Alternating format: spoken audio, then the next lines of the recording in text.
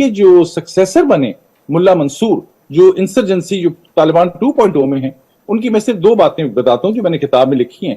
وہ کوئی ان کی 25-26 ٹرپس ہیں اگر مجھے صحیح یاد ہے تو اس تمام علاقے میں ویسٹ گلف میں، اور وہ جاتے تھے بڑے ملک کے رائل گیسٹ بن کے. وہاں پہ ان کی پہلی ریکوائرمنٹ ہوتی تھی، اب معذرت کے ساتھ لیکن یہ میں نے جہاں سے پڑھا اور 3 دفعہ لوگوں سے پوچھا، ان کا خاص شوق تھا، وہ چاہتے تھے کہ یہ جو رشین پروسٹیوشن گینگز ہیں ان کے پاس جاتے تھے، ڈرگ ڈیلنگ میں وہ سب سے آگے تھے، کریکٹر لیس آدمی تھے.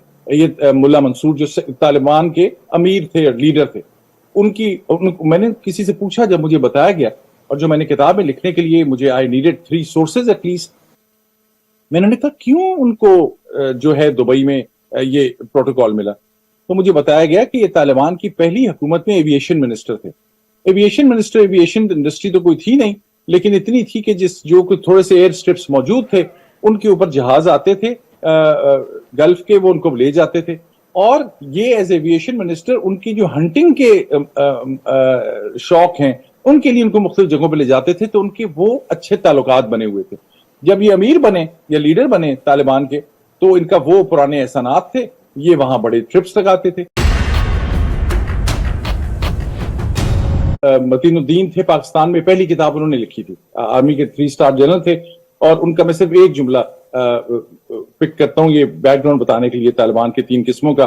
انہوں نے کہا تھا اپنی کتاب میں، یہ کتاب آکسفورڈ یونیورسٹی پریس نے چھاپی تھی، انہوں نے کہا تھا کہ وہ جنرل ضیاء الحق کے زمانے میں جب یہ طالبان پروجیکٹ سمجھیں آپ یا جہاد پروجیکٹ جو ہے جس کا آغاز کیا گیا تھا، انہوں نے کہا کہ اس علاقے میں ان کو اس وقت کے فوجی سربراہ نے کہا کہ آپ یہاں پہ مدرسوں کا ایک ایسا چین بچھا دیں پاکستان افغانستان بارڈر پر کہ یہ جو لوگ افغانستان میں لڑنے گئے ہیں یہ جب واپس آئیں تو یا ان کے بچے یا ان کی نیکسٹ جنریشن ان کو ہم ٹرین کریں اس بیلٹ پہ پاکستان افغانستان بارڈر پہ، جسے ہم ٹرائبل ایریاز کہتے ہیں. فاٹا پہلے کہتے تھے فیڈرلی ایڈمنسٹریڈ ٹرائبل ایریاز، اب تو اچھی بات ہے وہ پاکستان میں کانسٹیٹیوشنلی آن پیپر کم از کم شامل ہو گئے مکمل طور پر. وہاں جو مدرسے قائم کیے گئے وہاں سے وہ ہزاروں کی تعداد میں تھے. ایک تو وہ طالبان 1.0 اس مدرسوں کی پروڈکٹ تھا جس میں بہت سے پاکستانی تھے، بہت سے افغان تھے.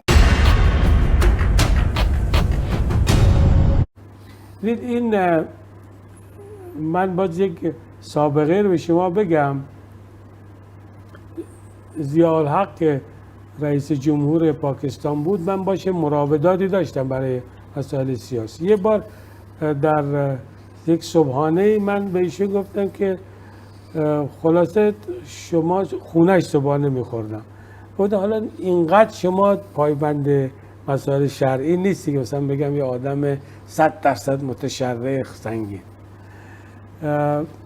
ولی در این حال شما این طالبان رو راه انداختید، مدارس رو پول دادید، مسجد برایشون ساختید، پول از عربستان و جای دیگه آمد و اینا حرفایی که میزنن اصلا به گروه خون شما نمیخوره. چرا پس اینا رو اینقدر میدون دادید در داخل پاکستان و حالا جای دیگه؟ و ایشون نکته گفت که حقیقتش این است که انقلاب شما از همه مرزها عبور کرده، به اختیار شما هم نیست، خود انقلاب میره. شما فکر میکنید مثلا صدام چرا به ایران حمله کرد؟ چون اگه حمله نمیکرد سرنگون میشد، لازم نبود شما سرنگونش کنید، خود امواج انقلابتون این کار رو میکرد. در پاکستان هم اینجوره، امواج انقلاب شما از مرزها عبور کرده داخل پاکستانه. ما با این موج انقلاب شما چجوری میتونیم مقابله کنیم؟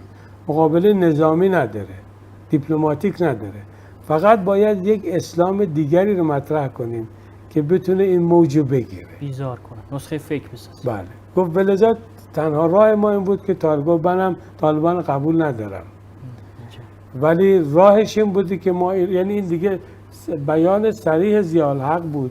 گفت من میخوام خیلی دوستانه و برادرانه بهتون بگم تنها راه ما همینه.